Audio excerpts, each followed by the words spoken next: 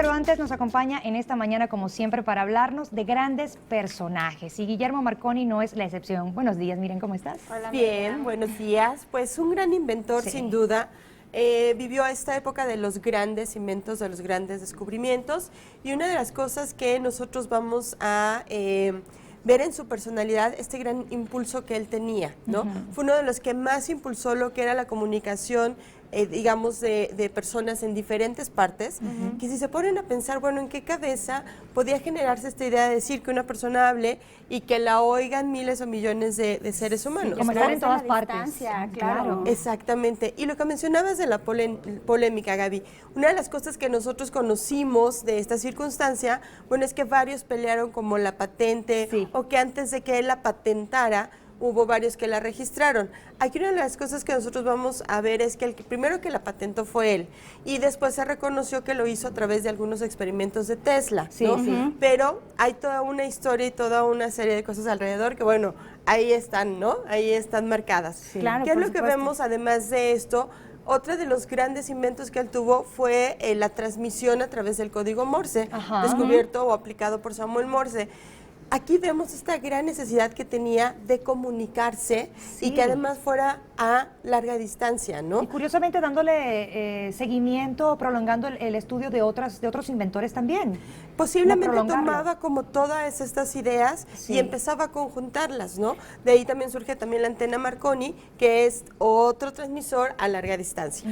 Vamos a analizar su Y la firma. verdad es que Muy sí bien. era un genio, ¿no? Porque además otro de los inventos pues fue lo del periódico oceánico, ¿no? A bordo, en donde pues a través de este invento que hizo pues se pudieron salvar muchas vidas en la mira. tragedia del Titanic. Ah, mira, Ajá, Jesús. entonces se eso. hizo mundialmente conocido Marconi, Muy pero bien. entonces nos vas a platicar de su firma. Exactamente. Vamos a ver, vamos a analizar hoy un poquito más acerca de cada Sí. una de las letras, Oye, ¿no? esa letra G, y no es porque yo me llame Gabriela, Ok. Pero me interesa. pero me interesa. ¿Qué nos cuenta? Fíjate que la G en sí es una letra que se relaciona con la parte sexual, que es Ajá. algo que llama mucho la atención, pero además nos habla de las necesidades físicas y materiales del ser humano. O sea, qué tanta actividad física o material puedo tener en cuanto a requerimientos, ¿no?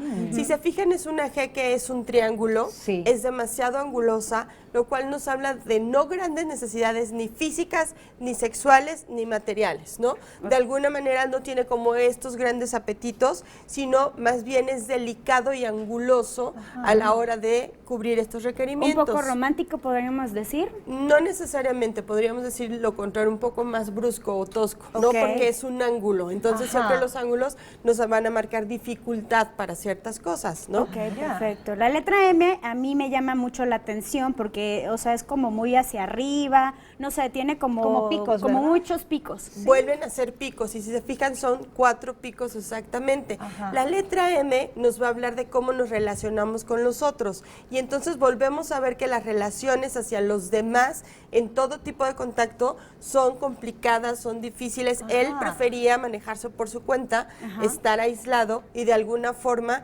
trabajar como en sí mismo, ¿no? Son personas que además para tratar a los otros, para comunicarse, no tienen tanta flexibilidad ni tanta facilidad. Siempre los ángulos nos van a hablar de esta dificultad que pueden tener en la integración hacia los otros, ¿no? En el caso de Marconi, pues podríamos decir que él era como, pues llevaba una vida como muy conservadora, ¿no? Porque además adoraba a Dios, él era cristiano. Entonces podemos decir que esa timidez a lo mejor tiene que ver con eso, con su religión. Pues no sabría decir si tiene que ver con la parte religiosa. Sí creo que es una persona de grandes ideales, Ajá. porque la mayor parte de la firma está empujada hacia la zona superior. Ok. Y entonces ahí nos habla de la zona mental, de las grandes aspiraciones, de los grandes logros, personas que se van a la parte idealista, ¿no? ok. En la firma anterior no teníamos la rúbrica, que es esta rayita La que está rayita por de abajo. debajo del nombre. Aquí, por ejemplo, si se fijan, es una raya que no cubre completamente el nombre, Sí. está solamente en parte Sí. de la firma, lo cual nos habla de esta necesidad de independencia, de esta necesidad de ya no tengo que reafirmarme, ya soy, ¿no? Aquí la línea siempre nos va a marcar que es como esta reafirmación de lo que nosotros queremos mostrar. Y llegó un momento en que dejó de ponerla, ya no necesitaba ¿Ya no? reafirmarse, ya estaba reafirmado, ¿no? Con el tiempo entonces las firmas se van modificando de acuerdo a nuestros Siempre. cambios internos también. Lo que estés pasando, lo que Sí. estés viviendo, si cambias de trabajo, si cambias de situación amorosa, también firmamos distinto. Todas las emociones tienen que ver en cómo nosotros estamos escribiendo.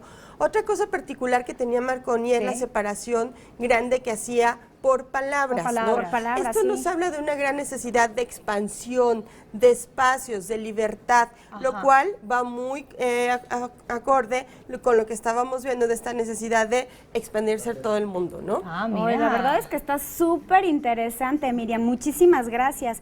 Y pues,